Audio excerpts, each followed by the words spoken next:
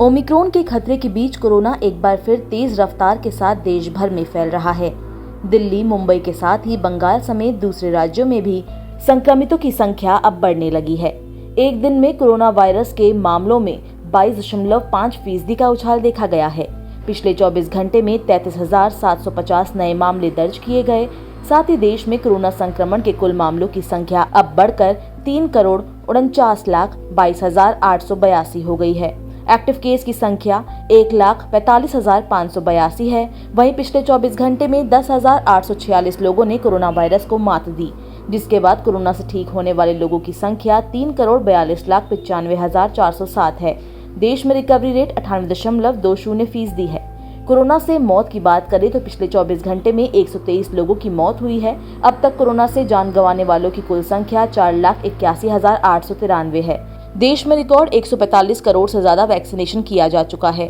Corona के नए variant Omicron की बात करें तो भारत में इसके मरीजों की कुल संख्या 1700 पहुंच गई है। दिल्ली, मुंबई, कोलकाता समेत देश के अलग अलग शहरों में कई गुना बड़े कोरोना केस तीसरी लहर आने का संकेत दे रहे हैं। देश में कोरोना केस पिछले सप्ताह की तुलना में करीब 3 गुना बढ़ गए हैं। इन मामलों में 181% की उछाल देखी गई है। 27 दिसंबर से 2 जनवरी वाले हफ्ते में भारत में करीब 1.3 लाख नए केस दर्ज किए गए हैं, जो 12 हफ्ते में सबसे ज्यादा है। ये देश में महामारी की शुरुआत के बाद से संक्रमण में अब तक का सबसे तेज साप्ताहिक उछाल था।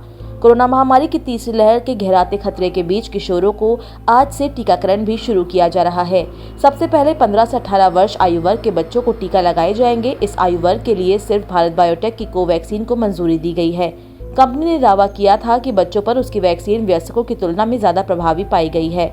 केंद्रीय स्वास्थ्य मंत्री मनसुख मांडविया ने राज्यों और केंद्र शासित प्रदेशों से वैक्सीन मिक्सिंग से बचने के लिए विशेष इंतजाम करने को कहा है। केंद्रीय स्वास्थ्य मंत्री मंडाविया ने राज्यों और केंद्र शासित प्रदेशों के स्वास्थ्य मंत्रियों और प्रधान सचिवों एवं अतिरिक्त मुख्य सचिव के साथ ऑनलाइन बैठक की। इस बैठक में केंद्रीय स्वास्थ्य सचिव राजेश भूषण भी मौजूद रहे। इसमें कोरोना प्रबंधन के सभी पहलुओं पर विस्तार से चर्चा की गई, जिसमें अस्पताल में सुविधाओं को मजबूत करना, जांच बढ़ाना और संक्रमण के प्रसार को चेन को तोड़ने के लिए सख्त उपाय करना शामिल था।